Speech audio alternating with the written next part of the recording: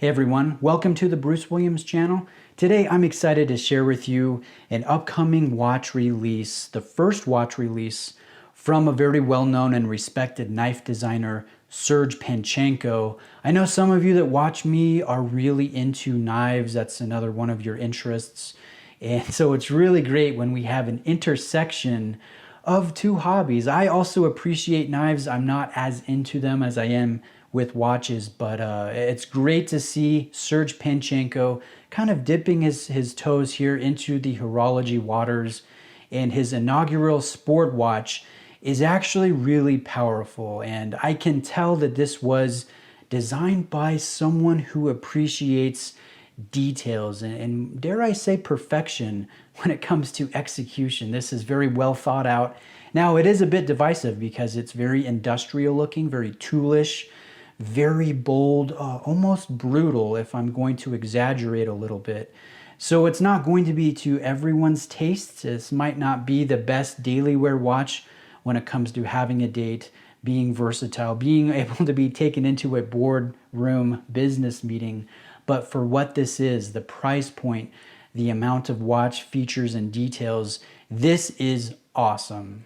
So let me describe the two in front of the camera today. We have a black dial antique bronze bezel on the stonewashed stainless steel H-link bracelet on the right. The one on the left is the bold orange dial with the stonewashed steel bezel and the orange isofrane rubber strap. That looks great. So you guys can see there will be different color variations offered, and you will be able to customize your bezel insert here. Now Serge does the antiquing himself when it comes to the bronze, and it carries a bit of a premium. So that one will be $450 as opposed to $400 if you opt for the non-antiqued bronze bezel. But his goal is to, kind of do the same things that people like customizing with their knives, with their watches as well. So in the future for the bezel, you can order zirconium, Damascus, carbon fiber, G10, micarta, titanium, copper, just a nice wide range for you to customize and get the look that you're searching for, and also possibly tie in with the knife that you're carrying for the day, which is always fun to get that next level of symmetry and balance when it comes to your daily use items. And I don't know, it might sound geeky, but I really appreciate that. Now these watches will be produced in 300 pieces, so they're not going to be mass produced.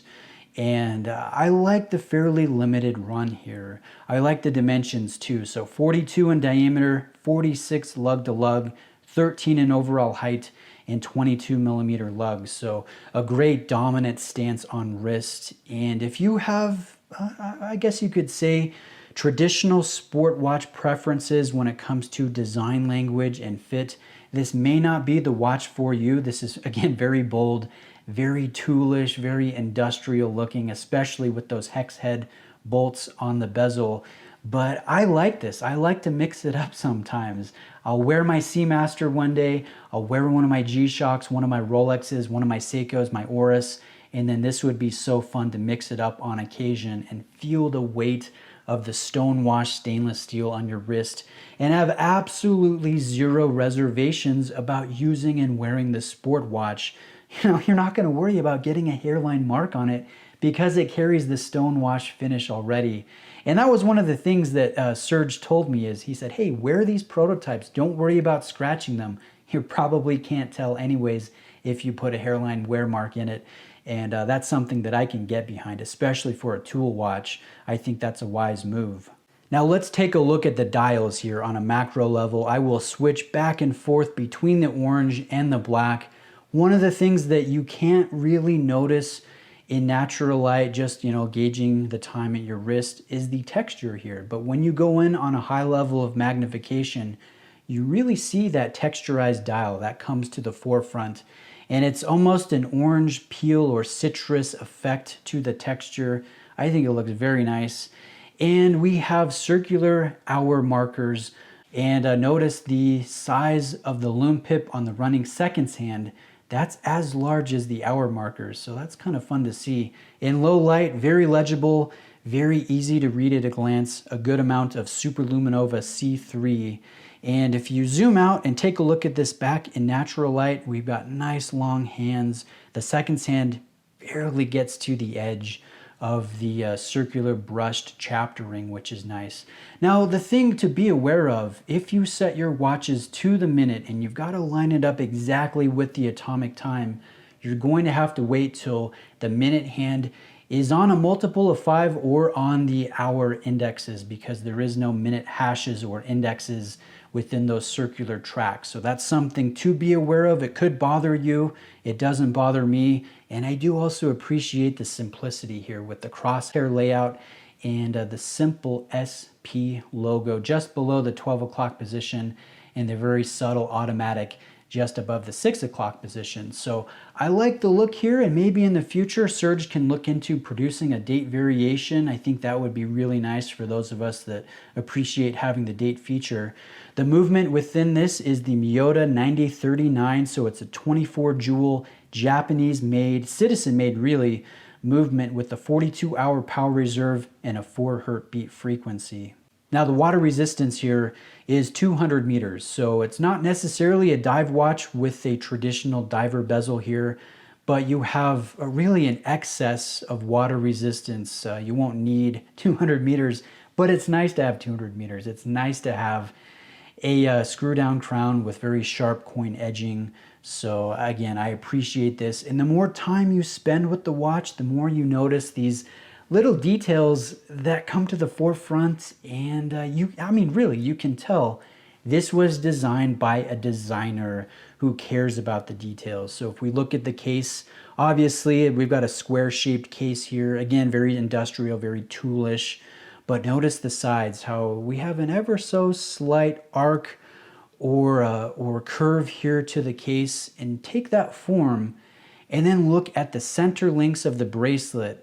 The edges there carry that same arc or same curve, so very nice repetition of form, and I really like seeing that. Now lastly, we have a sapphire crystal here with inner anti-reflective treatment, multiple layers of it, so you can get a little bit of light play off of the top of the flat sapphire crystal, but it's very clean, haze free, and there's good clarity here. So you can see, the orange peel of the dial and the details, the signature, the crosshair, and I find it to be very functional, very pleasant to use. And you'll notice the orange version, that isoframe matches the color of his knife just perfectly. So I don't know, it is a bit nerdy to color coordinate your knives, your watch straps, maybe your shoes, or a hat if you're wearing a hat that day. It's kind of fun to do that, even though, again, it sounds a little bit nerdy. I appreciate that. Now, just in closing, let's talk about this. You can pre-order. You can put 50% down now, and then in December, when the production versions are ready, you pay the remaining 50%. And pricing here, very affordable. $400 for a stainless steel version, up to $450 depending if you get the antique bronze bezel done by Serge, or depending on the option that you get. So sub $500 with sapphire screw links, hefty, original, detailed, Japanese made Miyota movement. I'm a fan, guys. I am a fan of what Serge has done. I think this is a very strong first offering from a well-known knife designer. So let me know if I missed something here in this presentation. Reach out with any questions you may have. I'll put all the relevant links in the description of the video. Thanks for taking the time to watch today, guys, and I'll see you in the next video.